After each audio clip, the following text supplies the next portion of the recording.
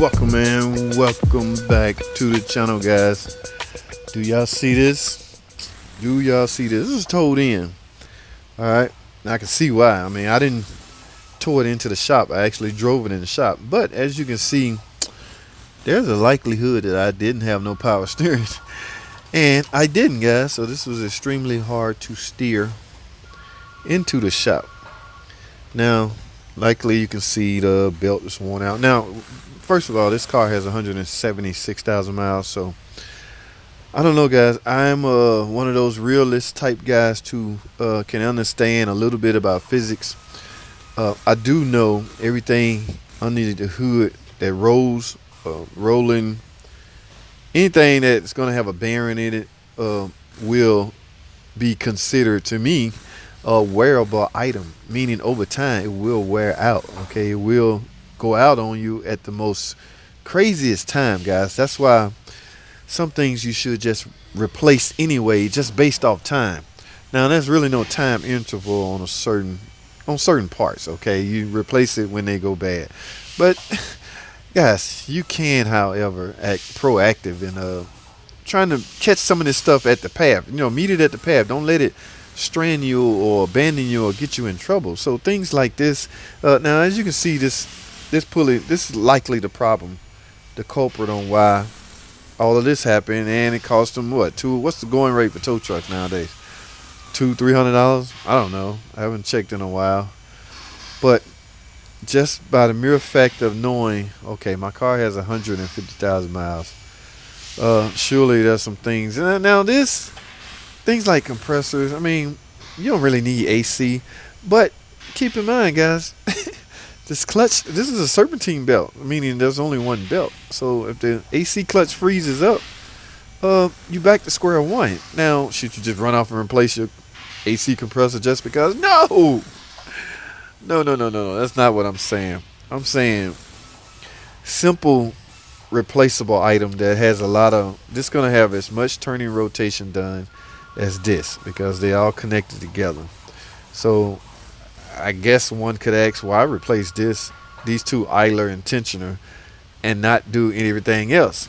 I mean, it's rolling, they all getting the same amount of work. I mean, but in some cases, guys, some things that give you warning, such as this AC, this compressor, you likely would get a squeak, a loud squeak. Even same with this alternator, you likely would get a grinding noise if the bearings inside it was failing. What else is on this? Well, it looks like a power steering. You will likely hear a whining noise. But now those same warning can give off with an idler pulley or a tensioner.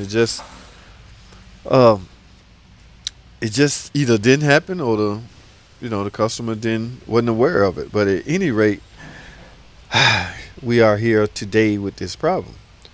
Okay. Yes, I'm gonna write up. This is a tensioner pulley. Now, the tensioner is likely still good. In fact, let me grab a wrench. Okay, let's put a wrench on here. Y'all hear that? All that noise when that tensioner flex back up. Okay, that is a bad, the bearings inside, or the tensioner spring is loose and worn. Okay, so it likely gave off tension on the belt, and the ending results is this. Okay, so I will not write up everything in the turning, everything in this area. I will have a write up the tension and the idler pulley. All right, these parts will likely give off some kind of early warning sign in the event they finna fail. So with these, but it just didn't happen. I don't know why. So guys, no sense of chit chatting about it.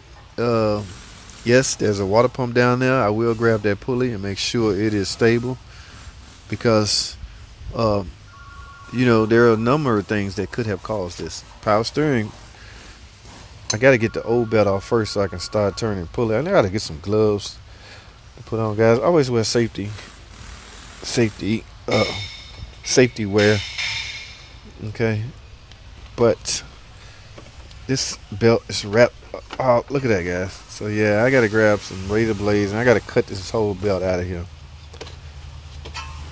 Gotta get all this out of here, in essence, so you can finish diagnosing it. Okay, you really want to check all this stuff before you just write it up. Look at that. Got it all off of the power steering. Now I can see how the power steering feel. No looseness, no noise, but that's not an accurate way to test it. Best thing you can do, guys, is get your main two things replaced and put a belt on it, and then run it and see from there what else is affected. So this is one of those situations where the customer may get a second phone call. This one, something like this, I typically activate the word start here. Okay, we got to start here. This is one of those situations. All right, you see that is rolling, but now the grooves are contaminated with a little rubber, so the belt might have a hard time staying on now. Look at that, all these grooves have rubber. I'm gonna try my best to clean it out. If not, you know, it is what it is. This one the same way. Y'all see all that rubber trapped in the groove? Yeah, I'm gonna try to get it all out. Like I say, I can. If I can't, I can't. So we'll see. Alright, let me go get some parts, guys. Stay tuned. Alrighty, guys. Here we back at this old model Dakota truck. I remember this with the belt. I got most of the old belt out. Well, I got parts here, guys. Okay, look at the parts they got me. And I think that's simply because these parts have been discontinued. So we have to go to AutoZone or Advanced Auto. Nice belt. I have a new, I assume this is the tensioner, which is the part that failed.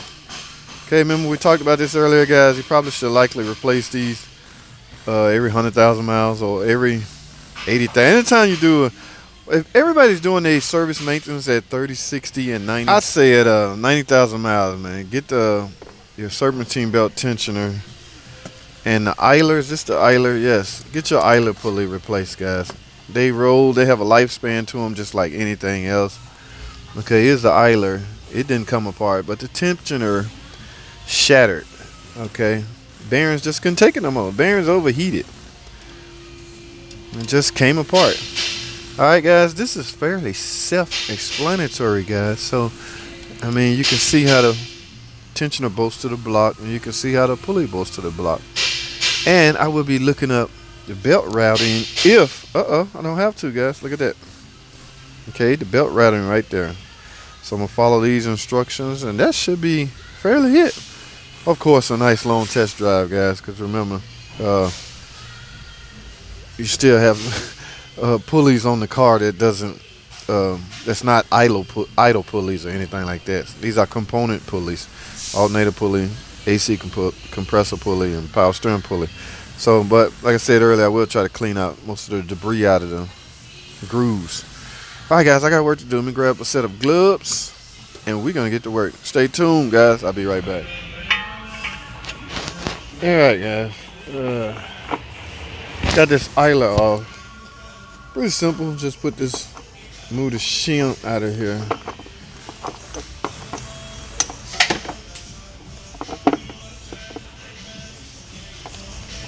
Okay, just transfer the shim into here in the boat, and that can be installed. Now, as far as this tensioner, this one's not new, but I haven't seen one like this in a while. Y'all see that? The bolt, it doesn't bolt into a bracket. It's a nut behind the bracket that holds this in place. So I had to use my swivel wrench to get behind it and ratchet that off. So, and I don't even got that much room to turn, so this could take a minute, guys, but it will come off. Stay tuned. All right, guys, finally got it off. Whoa. Yes, this just merely froze up.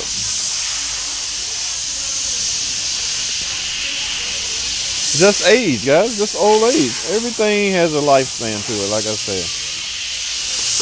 We exceeded the lifespan on that. We should have replaced that long before. Okay.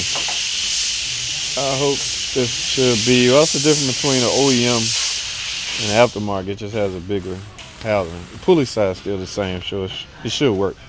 All right, guys, I'm gonna install all this belt, and we're gonna go from there. We should be done. It's pretty easy, self-explanatory, guys. I don't want to bore you with this.